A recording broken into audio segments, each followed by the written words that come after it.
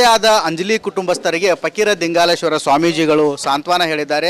ಕುಟುಂಬಸ್ಥರಿಗೆ ಭೇಟಿ ನೀಡಿ ಧೈರ್ಯ ತುಂಬುವಂಥ ಕೆಲಸ ಮಾಡಿದ್ದಾರೆ. ಅವರೇ ನಮ್ಮ ಜೊತೆಗಿದ್ದಾರೆ, ಅವರನ್ನು ಕೇಳೋಣ. ಕುಟುಂಬಸ್ಥರು ಏನು ಹೇಳಿದ್ರು ಶ್ರೀಗಳೇ?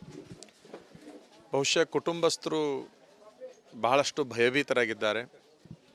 ಹತ್ಯೆಯಾದ ಅಂಜಲಿ ಕುಟುಂಬಸ್ಥರಿಗೆ ಫಕೀರ ದಿಂಗಾಲೇಶ್ವರ ಸ್ವಾಮೀಜಿಗಳು ಭೇಟಿ ನೀಡಿ ಸಾಂತ್ವನ ಹೇಳಿದ್ದಾರೆ. ಅವರೇ ನಮ್ಮ ಜೊತೆಗಿದ್ದಾರೆ, ಅವರನ್ನು ಕೇಳೋಣ.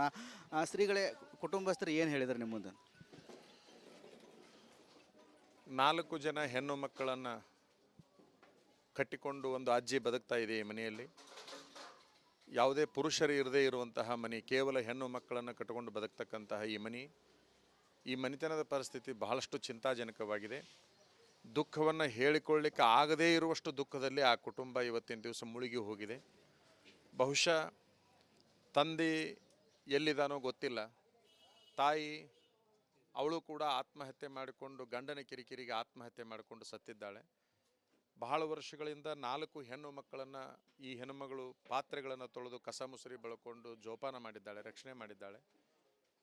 ಬಹುಶಃ ಇವತ್ತಿನ ದಿವಸ ಅವಳು ಒಂದು ಸ್ವಲ್ಪ ಹಿರಿಯಳಾಗಿರೋದ್ರಿಂದ ಅವಳೇ ಪ್ರತಿ ತಿಂಗಳ ತಾನು ದುಡ್ಕೊಂಡು ಬಂದು ಉಳಿದವ್ರನ್ನೆಲ್ಲರನ್ನೂ ಜೋಪಾನ ಮಾಡುವಂಥ ಒಂದು ಹುಡುಗಿಗೆ ಇವತ್ತಿನ ದಿವಸ ಈ ರೀತಿ ಆಗಿರ್ತಕ್ಕಂತಹದ್ದು ಈ ಮನೆಯ ಕಳಸವೇ ಕಳಚಿ ಬಿದ್ದಂಗಾಗಿದೆ.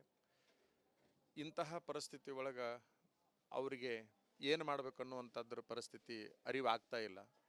ಈ ಕೂಡಲೇ ಸರ್ಕಾರ ಎಚ್ಚರ ವಹಿಸಬೇಕು. ಸರ್ಕಾರ ಶೀಘ್ರದೊಳಗೆ ಪರಿಹಾರವನ್ನು ಘೋಷಣೆ ಮಾಡಬೇಕು. ಅವ್ರಿಗೆ ಇರಲಿಕ್ಕೆ ಮನೆ ಇಲ್ಲ, ಮನೆಯನ್ನು ಶೀಘ್ರದೊಳಗೆ ಕೊಡಬೇಕು. ಅವರ ಕುಟುಂಬಕ್ಕೆ ಆಧಾರ ಸ್ತಂಭವಾಗಿ ಏನಾದರೂ ದೊಡ್ಡ ಮೊತ್ತದ ಹಣವನ್ನು ಬಿಡುಗಡೆ ಮಾಡಬೇಕು ಮೊದಲನೇದಾಗಿ. ಅದರ ನಂತರದಲ್ಲಿ ಮನೆ ತಾನೇ ನೇಹಾಳ ಕೊಲೆ ಆಯಿತು. ಇವತ್ತಿನ ದಿವಸ ಮನೆ ಒಳಗೆ ಬಂದು ಮಲ್ಕೊಂಡವರನ್ನು ಕೊಲೆ ಮಾಡುವಂತಹ ಪರಿಸ್ಥಿತಿ ಈ ಅಂಜಲಿ ಕುಟುಂಬದಲ್ಲಿ ನಡೆದು ಹೋಯಿತು. ಈ ಕೂಡಲೇ ಆ ವ್ಯಕ್ತಿಯನ್ನು ಪತ್ತೆ ಹಚ್ಚಬೇಕು. ನನ್ನ ವೈಯಕ್ತಿಕ ವಿಚಾರದಲ್ಲಿ ಒಂದೊಂದು ಸಾರಿ ಕಾನೂನನ್ನು ಮೀರಿ ನಡ್ಕೊಳ್ಬೇಕಾಗಿರುವಂಥ ಅನಿವಾರ್ಯತೆ ಸೃಷ್ಟಿ ಆಗ್ತಾ ಇದೆ ಅನ್ನುವಂತಹ ಪರಿಸ್ಥಿತಿ ಇಲ್ಲಿ ಬರ್ತಾ ಇದೆ. ಆ ನೇಹಾಳ ಕೊಲೆ ಮಾಡಿರ್ತಕ್ಕಂಥ, ಈ ಅಂಜಲಿಯನ್ನು ಕೊಲೆ ಮಾಡಿರ್ತಕ್ಕಂಥ ಇಬ್ಬರನ್ನೂ ಬಜಾರಕ್ಕೆ ತಂದಕ ಮುಂದೆ ಕಠಿಣ ಕ್ರಮವನ್ನು ತೆಗೆದುಕೊಳ್ಬೇಕು ಅನ್ನುವಂಥ ಭಾವನೆ ವಿಚಾರ ನಮ್ಮದಾಗಿದೆ ಅನ್ನುವಂಥದ್ದನ್ನು ಈ ಸಂದರ್ಭದಲ್ಲಿ ಹೇಳಲಿಕ್ಕೆ ಇಚ್ಛಪಡ್ತೇವೆ. ಕಾನೂನು ಸುವ್ಯವಸ್ಥೆ ಹದಗೆಡ್ತಾ ಇದೆ ರಾಜ್ಯದಲ್ಲಿ. ಬಹುಶಃ ನಿಮಗೆಲ್ಲರಿಗೂ ಗೊತ್ತಾಗ್ತದೆ, ಹುಬ್ಬಳ್ಳಿ ಧಾರವಾಡದಂಥ ಮಹಾನಗರದಲ್ಲಿ ಈ ರೀತಿ ಘಟನೆಗಳು ನಡೆಯೋದರಿಂದ ಪೊಲೀಸ್ ಇಲಾಖೆ ಏನು ಮಾಡ್ತಾ ಇದೆ ಅನ್ನುವಂಥ ಪ್ರಶ್ನೆ ಉದ್ಭವ ಆಗ್ತಾ ಇದೆ. ಆ ಮಗು ಹೋಗಿ ನಮಗೆ ಈ ರೀತಿ ಧಮಕಿ ಕರೆಗಳು ಬರ್ತಾ ಇದ್ದಾವೆ, ನಮಗೆ ರಕ್ಷಣೆ ಕೊಡಬೇಕು ಅಂತಂದರೆ ಇದು ಮೂಢನಂಬಿಕೆ ಅಂತೇಳಿ ಪೊಲೀಸರೇ ಹೇಳಿ ಕಳಿಸುವಷ್ಟರ ಮಟ್ಟಿಗೆ ಪೊಲೀಸರು ಮೂರ್ಖತನದ ಆಡಳಿತವನ್ನು ಇಲ್ಲಿ ಮಾಡ್ತಾ ಇರತಕ್ಕಂಥದ್ದು ಪೊಲೀಸ್ ಇಲಾಖೆಗೆ ಬಹುದೊಡ್ಡ ಕಳಂಕ ಆಗಿದೆ ಅಂತಕ್ಕಂಥದ್ದು. ಇಲ್ಲಿಯವರೆಗಿನ ಇಷ್ಟೊತ್ತಾದ್ರೂ ಕೂಡ ಆ ವ್ಯಕ್ತಿಯನ್ನು ಪತ್ತೆ ಹಚ್ಚದೇ ಇರುವಂಥದ್ದು.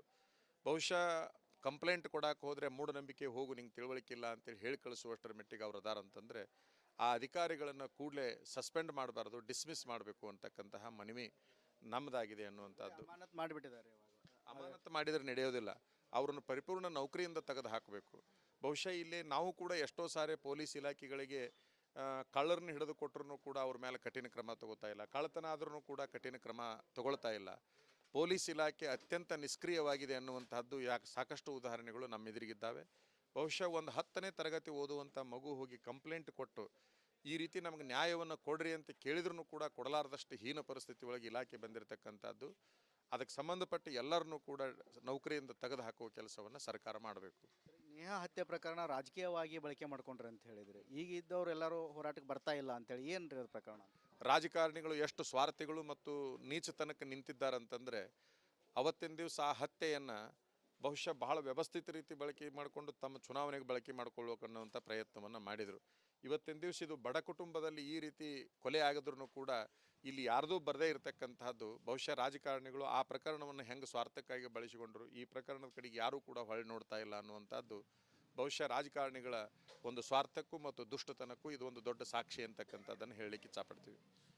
ಬಡ ಕುಟುಂಬಕ್ಕೆ ಪರಿಹಾರದ ಬಗ್ಗೆ ಎಷ್ಟು ಕೇಳ್ತಾರೆ ಸರ್ಕಾರಕ್ಕೆ? ಎಲ್ಲಿದೆ? ರಾಜ್ಯ ಸರ್ಕಾರನೂ ಕೂಡ ಈ ಕಡೆ ಗಮನ ಹರಿಸಿಲ್ಲ, ಕೇಂದ್ರ ಸರ್ಕಾರನೂ ಕೂಡ ಗಮನ ಹರಿಸಿಲ್ಲ.